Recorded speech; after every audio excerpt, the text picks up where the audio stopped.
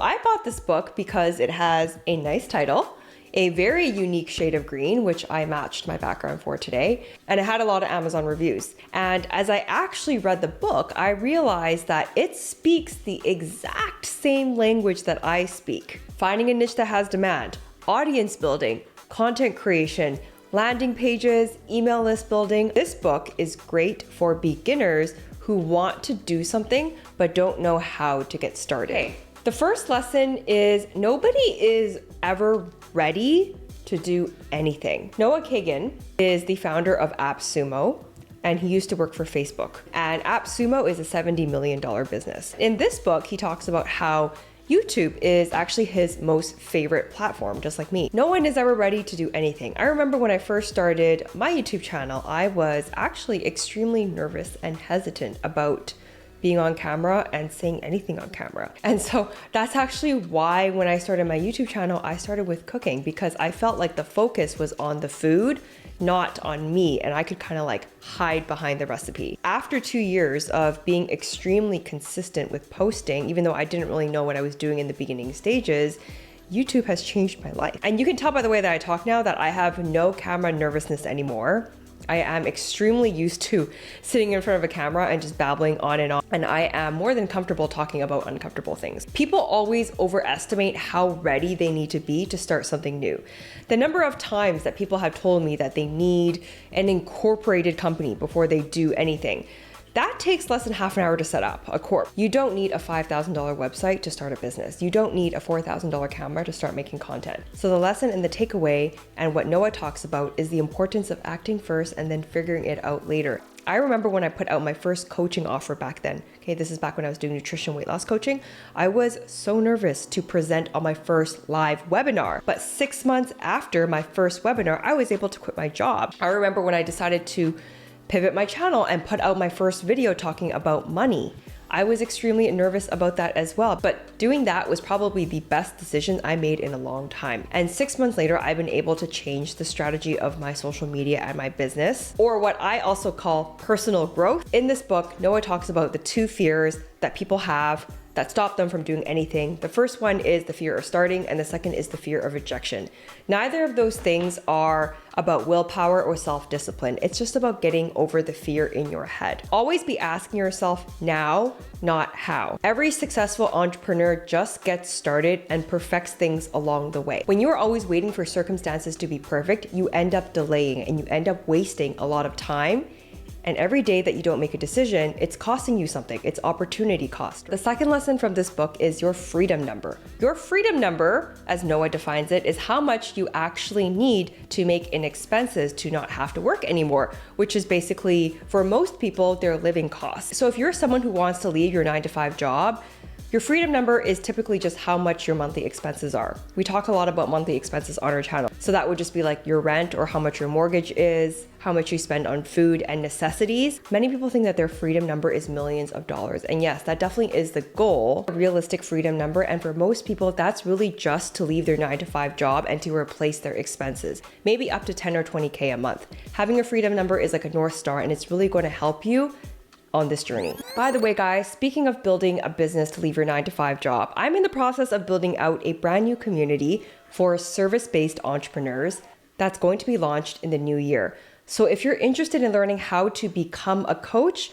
or you're an existing service provider like an accountant and you want to learn marketing and social media and tap into that digital demand, in either way, being able to make some additional money to supplement your income, to quit your 9-to-5 job and achieve freedom the way that I did, you're going to love this.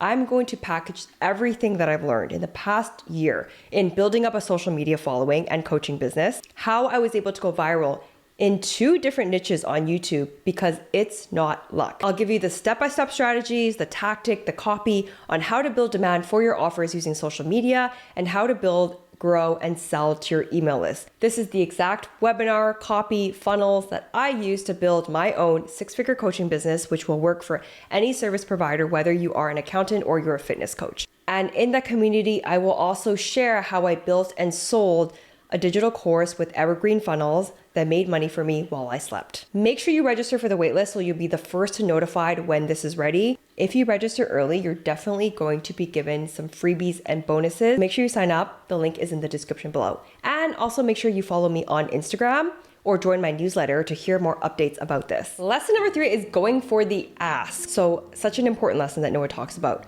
and that I can resonate with is about being fearless when it comes to the ask. Because this is my take. In life, if you don't learn how to go for the ask, and you're truly an entrepreneur, then you will always be stuck working for someone that does have the courage to go for the ask. Most people are not conditioned to be able to handle rejection. I don't think it's something that anyone feels comfortable with. But if you want to have a business, you have to be willing to go for the ask. No ask, no business. And what you'll learn is that if you're willing to go through enough no's, eventually you will get to a yes. He talks about having rejection goals, which actually is a bit of a throwback to when I first started doing sales calls. When I first started doing sales calls for coaching, I remember it felt terrible when people rejected me. When people told me that they needed to think about it, when people told me that they would get back to me, when people told me that they would ask their spouse. By the way, more often than not, when people say that they need to think about it or ask their spouse, the answer is no. It usually means that they either don't trust you yet or they just don't believe in the thing that you're offering. Doing sales calls with warm traffic is very different than doing sales calls with cold traffic. And the only way to get better at sales is to do more of them. So back then I would read books and I watch YouTube videos of other people in sales. I would write down objection handling in my scripts and then I would test them to see if they worked. Lesson number 4 is to study your own unhappiness, because entrepreneurship is not about selling what you want to sell. It's about solving problems for other people and selling what the market wants. If you have something that the market wants and is willing to pay for, then you are an entrepreneur. The easiest way to do this is to study your own unhappiness. For example, I used to do low-carb, ketogenic diet nutrition coaching. This was an offer that I put together based on my husband and I's experience trying to get healthy and lose weight. What happened is that we started talking to people in the community and I found demand through these conversations and also doing some online research. But we used our own experience and our own finance brains to come up with a coaching protocol, meal plans, macros. We came up with a solution that was slightly different than what other people in the market were talking about and preaching. And through that offer, we were able to help hundreds of people push past their plateaus and lose weight. The more people I coached, the better feedback that I got in terms of my process, and I was able to reiterate my offer multiple times.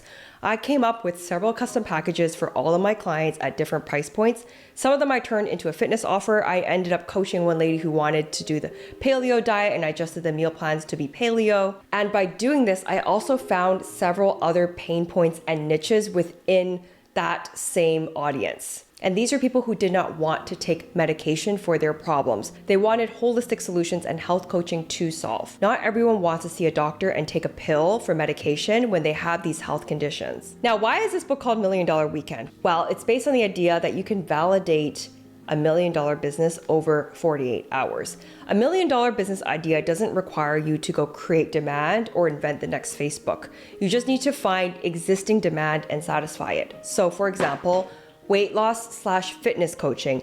Not exciting, but something that there is a lot of demand for. Ketogenic nutrition coaching. Not exciting, but something that there is tremendous demand for. By doing some market research, you can find out what the size of your market is and how much you can sell your idea for to see whether it is a $1 million idea. And Noah talks about some quick strategies and ways to test product market fit, such as talking to your audience, pre-selling, and running ads to your landing pages. The idea is that if you can get a couple of people to pay for your product while you're trying to validate your idea, your market is big enough and you have a slight edge or unique advantage in the market, that's proof of concept for your $1 million idea.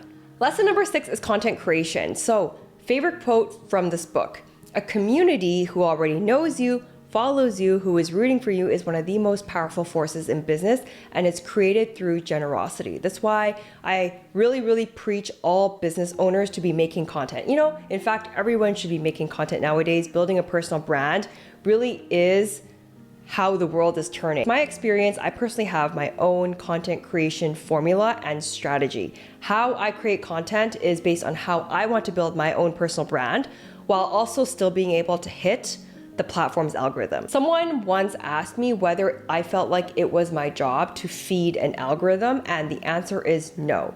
It used to be when I first started because I didn't know what I was doing, but not anymore, because I now know how to create content that grows my following while still authentic and true to self, and while still being able to create multiple revenue streams while doing so. I see so much social media advice online on the internet that's very conversion and views driven, and I'm not against strategies and tactics at all, but at the end of the day, it's kind of like dating.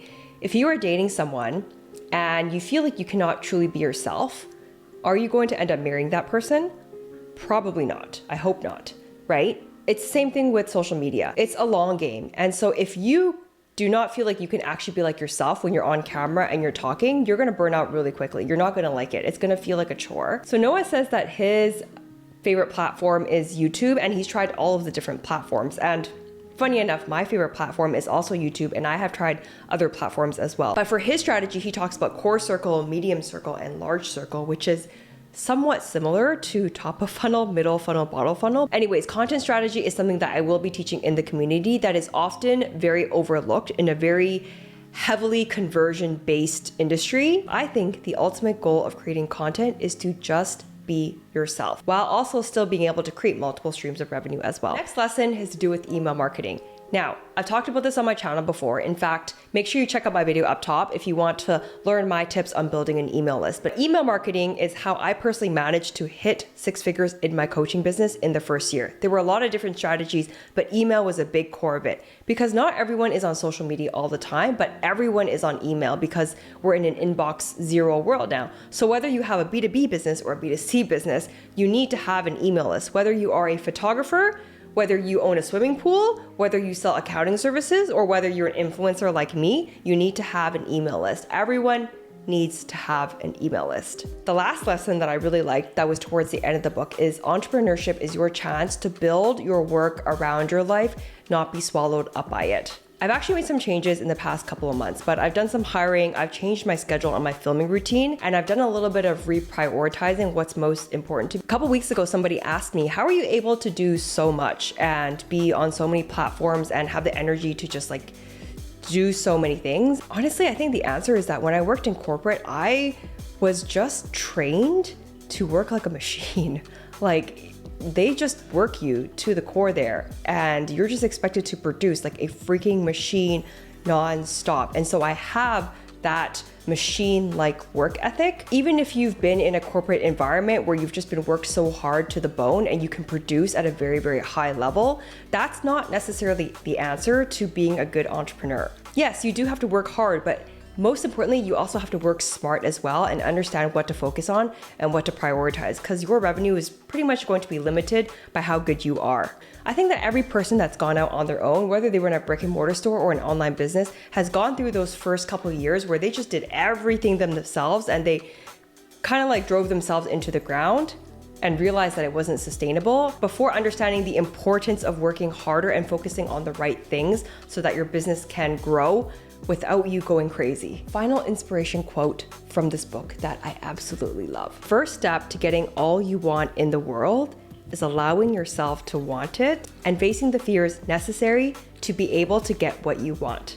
Some people work a steady job for $70,000 a year and are extremely happy, but many of us have other dreams and there is no wrong dream. And so if learning skills to quit your 9-to-5 job is something that is your dream, and you are somebody who dreams big, potentially wanting to build up $1 million business at some point in your life, then make sure you register for my waitlist down in the description box below so you'd be first to notified when my new community is launched. If you guys like this video today, you're going to love my video where I reviewed The Millionaire Fast Lane. That is the other book that I read that really, really changed my life. It really challenges the traditional way of thinking of working 9-to-5 jobs and saving money from your job, investing into a 401k and waiting until you're 65 to be a millionaire. So if you liked this video today and you liked this book, you're definitely going to like that other book as well. Let me know down in the comments below whether you've read $1 Million Weekend and what your thoughts are about it, and I'll see you guys in the next video.